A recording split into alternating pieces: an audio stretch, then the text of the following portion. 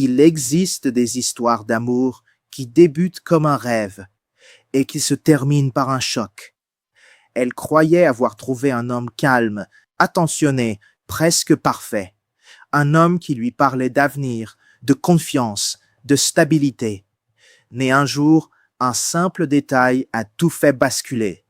Aujourd'hui, je vais vous narrer l'histoire d'une femme qui a aimé sincèrement, un homme qui lui dissimulait une autre vie. Je m'appelle Aïcha. Pendant longtemps, j'ai cru avoir rencontré quelqu'un de rare. Il était respectueux, posé, toujours élégant dans ses mots. Pas le genre d'homme qui fait beaucoup de bruit. Justement, c'est cela qui m'avait rassurée. Quand nous nous sommes rencontrés, il ne m'a pas impressionné par de grandes promesses. Il m'a simplement parlé avec douceur. Dans ce monde où tout va trop vite, cela m'a touchée. Je me souviens de la première fois où il m'a dit « Avec toi, j'ai l'impression de respirer autrement ». À ce moment-là, j'ai souri, car j'ai cru à cette phrase. Au début, tout semblait simple. Nous nous écrivions tous les jours. Il m'appelait le soir pour savoir si j'avais bien mangé, si j'étais rentrée, si ma journée s'était bien passée. Il avait toujours les bons mots, juste assez pour me faire sentir importante. Il ne voulait pas aller trop vite. Il disait aimer prendre son temps, construire quelque chose de solide. J'aimais cela chez lui. Je me disais, enfin un homme sérieux, enfin quelqu'un qui ne joue pas. Quand il venait me voir, il avait cette façon de me regarder, comme si j'étais la seule personne dans la pièce. Avec lui, je me sentais choisie. Mais il y a toujours des détails qu'on essaie d'ignorer quand on aime. Parfois, il disparaissait pendant plusieurs heures. Il me disait qu'il était occupé, qu'il avait eu une journée chargée, qu'il rappellerait plus tard. Et moi, je ne posais pas trop de questions. Une autre fois, j'ai remarqué qu'il ne répondait jamais à mes appels après une certaine heure, toujours après 20 heures. Quand je lui demandais, il souriait et me disait que j'exagérais, que j'étais trop inquiète. Au lieu d'écouter mon instinct, j'ai préféré me calmer. Quand on aime, on devient souvent doué pour se mentir à soi-même. Je n'avais pas envie de voir ce qui commençait à se dessiner devant moi. Le vrai choc est arrivé un samedi. Il m'avait dit qu'il passait la journée chez un cousin. Rien d'étrange. Sauf que dans l'après-midi, je suis tombée par hasard sur une photo publiée par une amie d'amis. On le voyait, en ville, avec une femme et un enfant. J'ai regardé l'image une fois, puis deux, puis une troisième.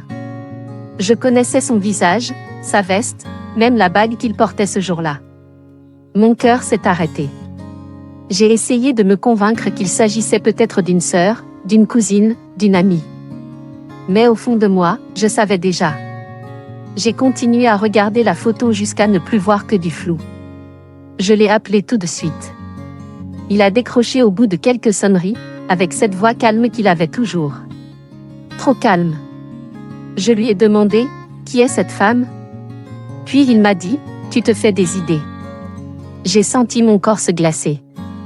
Alors je lui ai envoyé la photo. Là, il n'a plus parlé pendant quelques secondes. Dans ces quelques secondes, j'ai entendu toute la vérité. Il a fini par avouer. Oui, cette femme était sa compagne.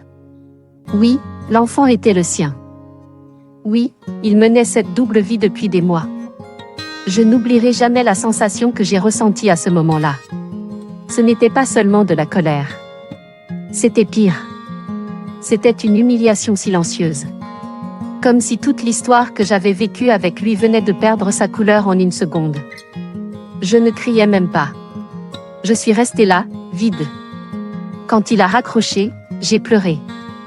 Pas longtemps, juste assez pour sentir toute la douleur sortir d'un coup. Puis j'ai pris une décision. Je ne voulais pas me battre pour un homme qui m'avait déjà mise dans une position que je n'avais jamais choisie. Je ne voulais pas devenir la femme qui supplie, qui insiste, qui accepte tout au nom de l'amour. Alors je l'ai bloqué. Pas par vengeance, pas pour le punir, juste pour me protéger. Parce qu'à un moment, aimer quelqu'un ne doit jamais te faire oublier ta propre dignité. Le plus dur, ce n'était même pas de le perdre. C'était de comprendre que j'avais aimé quelqu'un qui n'était jamais entièrement à moi et qui n'avait jamais été entièrement honnête non plus. Je sais ce que vous pensez de moi. Et honnêtement, Je le comprends. Je n'ai pas d'excuse valable. J'ai eu peur. Peur de perdre quelque chose avant d'être sûr de l'autre. Avec ma compagne, c'était compliqué depuis longtemps. Nous vivions ensemble, oui, mais nous ne vivions plus vraiment ensemble, si vous voyez ce que je veux dire. Quand j'ai rencontré Aïcha, j'ai ressenti quelque chose que je n'avais pas ressenti depuis des années. De la légèreté, du désir, de la paix. Au lieu d'être honnête, j'ai voulu garder les deux. Je me suis dit que j'allais régler la situation, que j'allais choisir, que j'allais parler. Mais j'ai repoussé, jour après jour. Je n'ai pas seulement menti à deux femmes, j'ai menti à moi-même. J'appelais ça de l'hésitation, mais en vérité, c'était de la lâcheté. Je savais que ce n'était pas propre, que ce n'était pas juste, que je faisais mal. Et malgré cela, j'ai continué. Le pire, c'est que je ne voulais blesser personne. Mais à force de vouloir éviter la douleur, j'en ai créé encore plus.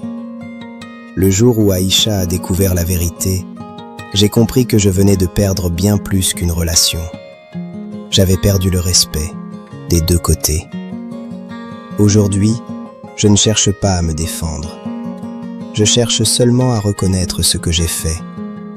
Parce qu'au fond, la vérité, c'est que j'ai voulu vivre dans le confort du mensonge et j'ai détruit tout ce qui aurait pu être vrai. Parfois, la trahison ne fait pas le plus mal parce qu'elle casse l'amour. Elle fait le plus mal parce qu'elle casse la confiance et avec elle, tout le reste. Aïcha n'a pas seulement perdu un homme, elle a perdu une illusion. Et même si ça fait mal, certaines vérités arrivent au bon moment. Pas pour détruire, mais pour réveiller. Parce qu'aimer, ce n'est pas fermer les yeux. C'est savoir voir et choisir, malgré tout, de se respecter. Alors dis-moi, est-ce que tu pourrais pardonner une double vie, même si tout te semblait sincère au départ? Je veux vraiment ton avis. Dis-le-moi en commentaire.